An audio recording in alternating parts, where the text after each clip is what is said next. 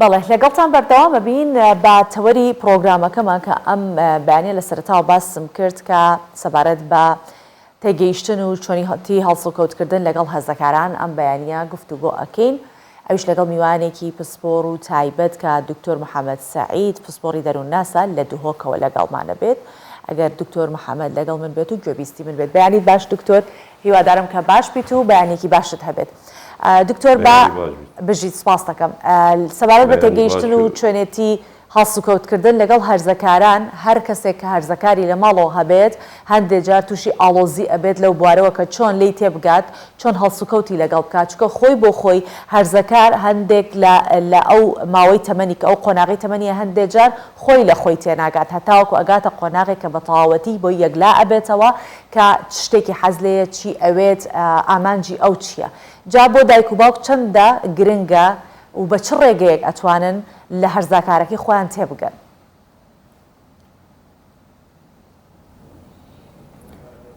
بله دوباره سپیده باش بید. سپاس. بگومان ژیان چند قۆناغە کە هەر قۆناغە گرێدایە یەدیبە و هەر یەک تمامکەری قۆناغا دیە لەوما یعنی قۆناغا هەرزەکاری یانجی سنێلەیی یا گرێدایە بەری وێ قۆناغی بە وەختێت گەتە وێ قۆناغێ بیت هەندێک تشتت گەلخۆ یت بەری وێ چەندێت گەلخۆ ئینابن وێجا دوێرێ کارتێکردنێ هزری تویت کرد دیتنێ تویت کرد ڕفتاری ویت کرد لەوما بیت یعنی دیتنا هەرزەکاری بۆ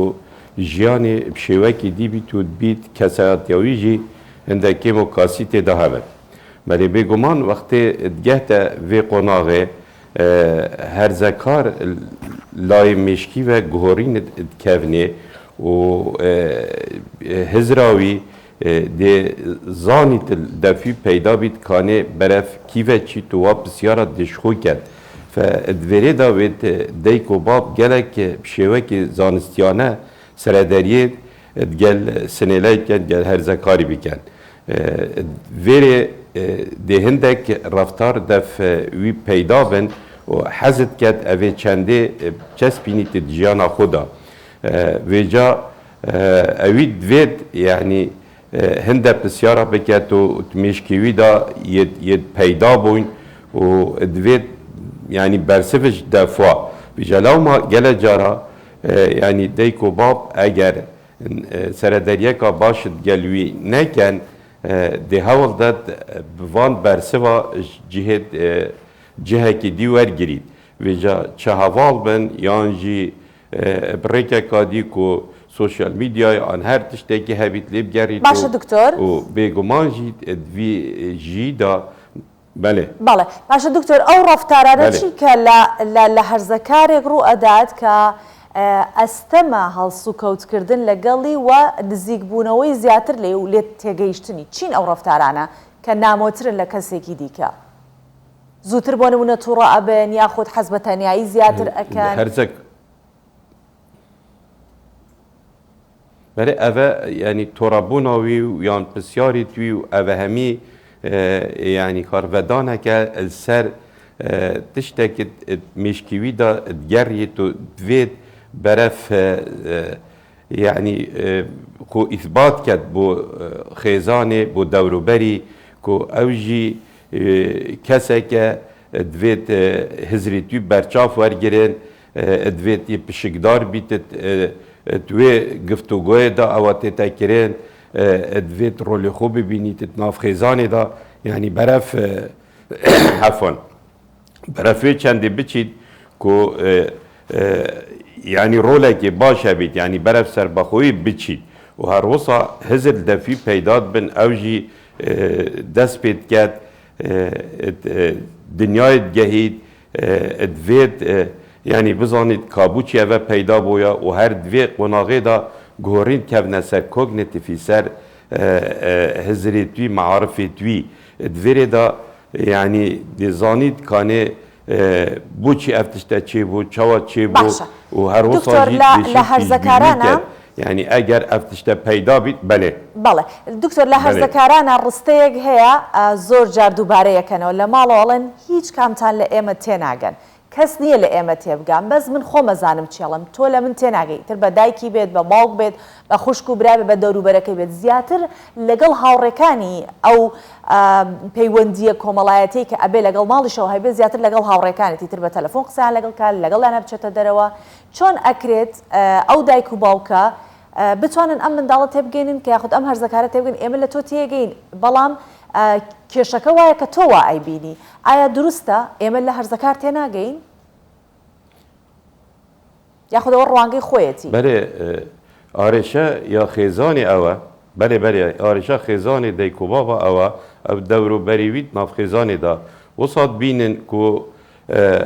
هەرزەکار هەر زارۆکە هەر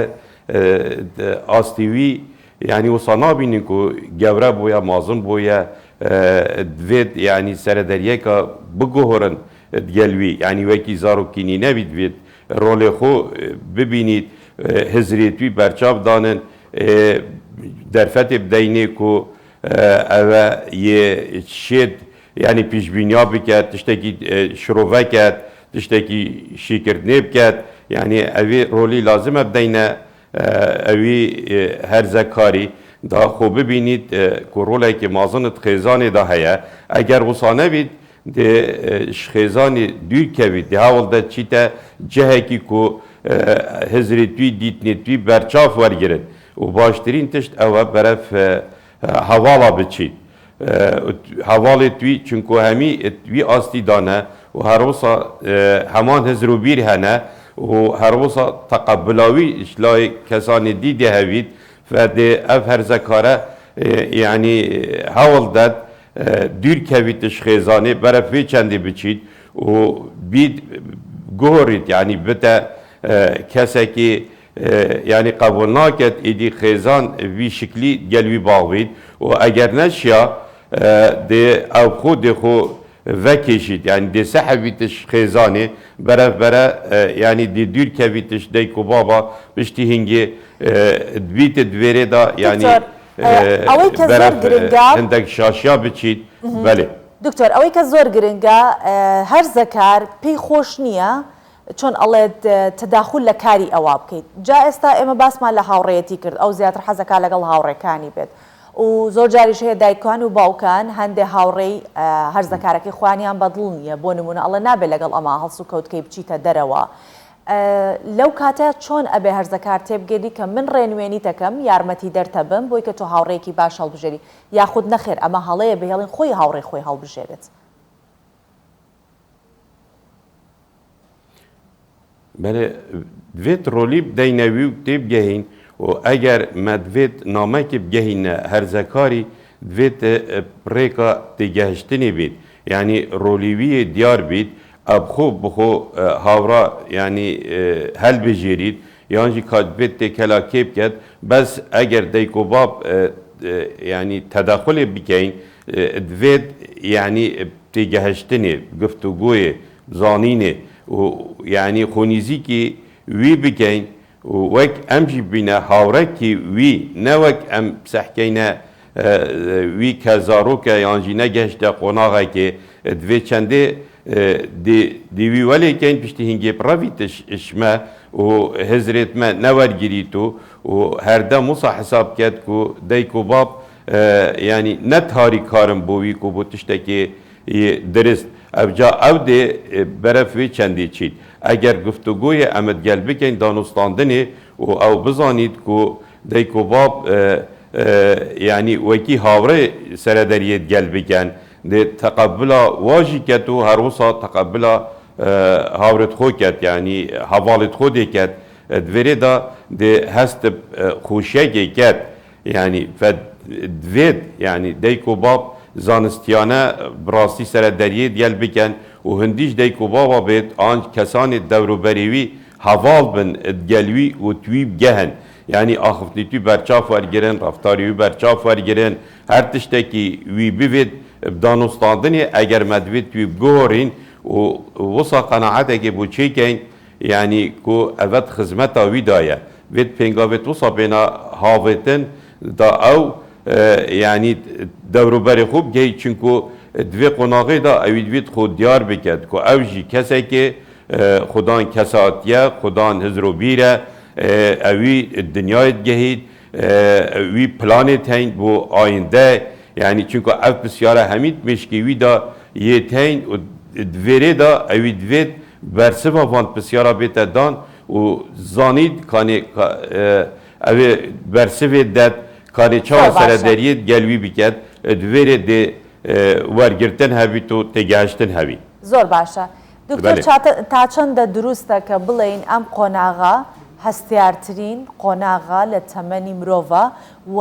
لە قۆناغی هەرزەکاریە کە کەسایەتی مرۆڤ دروستە بێت ئەمە تا چەند دروستە ئایا ئەمە قۆناغێکی هەستیارە بێت زۆر بە هەستیاری مامەڵەی لەگەڵا بکەین بله من ئاماژە پێ چەندێدا قۆناغا یعنی یا هەرزەکاریجی نه قۆناغا کە جودایە بەری نوکەژی زاروکینیدا کاچه سردرید گلوی هاتیه کرن شلای دیکو بابا دوروبری و کانه چوا یعنی حز و آرزویتوی و چوا باوری دفی پیدا کریه که دا بزانید یعنی اوی کاچوا ده دنیای بینید بجا وقتی گهت اوی قناغه براستی یعنی قناغه که هستیاره یعنی چندک بید کسانت بیجن یعنی قناغه که بید یا نورمال بید و که قناغه دی نه گهورین سر و قناغی چید بن اما شلای لشی و شلای نخاسمه دست بی که مشکوید بید یعنی راستیانک و گیته ده بید یعنی به هزره یعنی بو چی چونکو گشکرین برای فلای دید چید فدوری دا یعنی وکی خمولک دفی پیدا بید شلای هزرا و دیتنا و شروع وکرنه بشتی هنگی دی دست بکد فدوید امسر دریه وک خیزانجی و وک یعنی دوروبرجی یعنی دستگاه دی و قطابخانی جی کچه و سر دریه و حتی پیرو پروگرام توی بین دارشتن الدیف اوی قناغا تیدا دبوری او جا ویجا دوید یعنی دیکو باب یعنی اوجی هستکی وصا سردریت گلوی بکن که بزانن اف قناغا پیتوی چه وان حزو آرزویتوی دوی قناغه ترکن و همی پریکا دانستاندنی پریکا تگهشتنی و ریکا قبول کرنی باشه دکتر تا چند او نیگرانیه که دایکو باوک هیتی برانبر به هەرزەکارەکەی کە ئێستا ئەمانی کە باست کرد لە تووڕەبوونە لەوەی کە حەزەکە گۆشەگیر بێت تەنیا بێت لەگەڵ هاوڕەکانی بێت تا چەندە ئەمانەی کە نیگەرانی بۆ دایک و باوک دروست کردو ئەمانە ئاسایین و ماوەی چەندێکی پێئەچێت کە ئەم مرۆڤەی تر کەسایەتی تاکی خۆی بدۆزێتەوە کە چۆنە دواتر دەچێتە ناو ژیانێکی ئاسایی وەکو هەر ژیانێکی هەر مرۆڤێکی دیکەی ئاسایی و بە پرۆسەی ژیانە تێئەپەڕێت تا چەندە ئەم نیگەرانیانە ئەتوانین بە دایک و باوکان شی بکەینەوە کە ئەمانە ئاسایی چ کاتێک مەترسیدارەوە مەترسیەکەی دەست پێکات لە چەندێک تێپەڕە ئیتر ئەمە پێوترێ مەترسی برای دایک و باب یعنی دوید بزانن که اف کسه یعنی شقونا زاروکینی یه درباز بوی اوی نابید دایک و باب یعنی شیوه بری وگاوی سر دریه گل بگن بلکل ویره دا مگود او ده پلان یه درست و ده بنا یعنی وک اساسک بنیاتک بو دانانا کساتیاوی و بو چونیتوی و هر وصا ویره دا دل وان کسا گرید اوید که وی قبیل بکن اوید توید گهن فاگر دایکو باب وی چنده بوی پیدا نکن و دوروبری نیزی دوید دی شویره وکی امد بیجین دی روید دی چی تا برف جهانا که اوان هزری توی دیتنی توی قبیل بکن و دگلوی گنجای بند فدویره دی بتا قناغا کپراستی یا مترسیدار بوی و بو خیزاناوی اگر یعنی سردریه که درست و باش دگلوی کسی نه ایتکرند فدوید یعنی گلک گهورین خیزان دا چه برانبروی که توی بگهن و پشتی هنگی یعنی که چه حزوی هنه چه پسیار هنه وی چه دوید دیشین کسی که یعنی خدانشیان و کسی که برهمدار و کسی که یعنی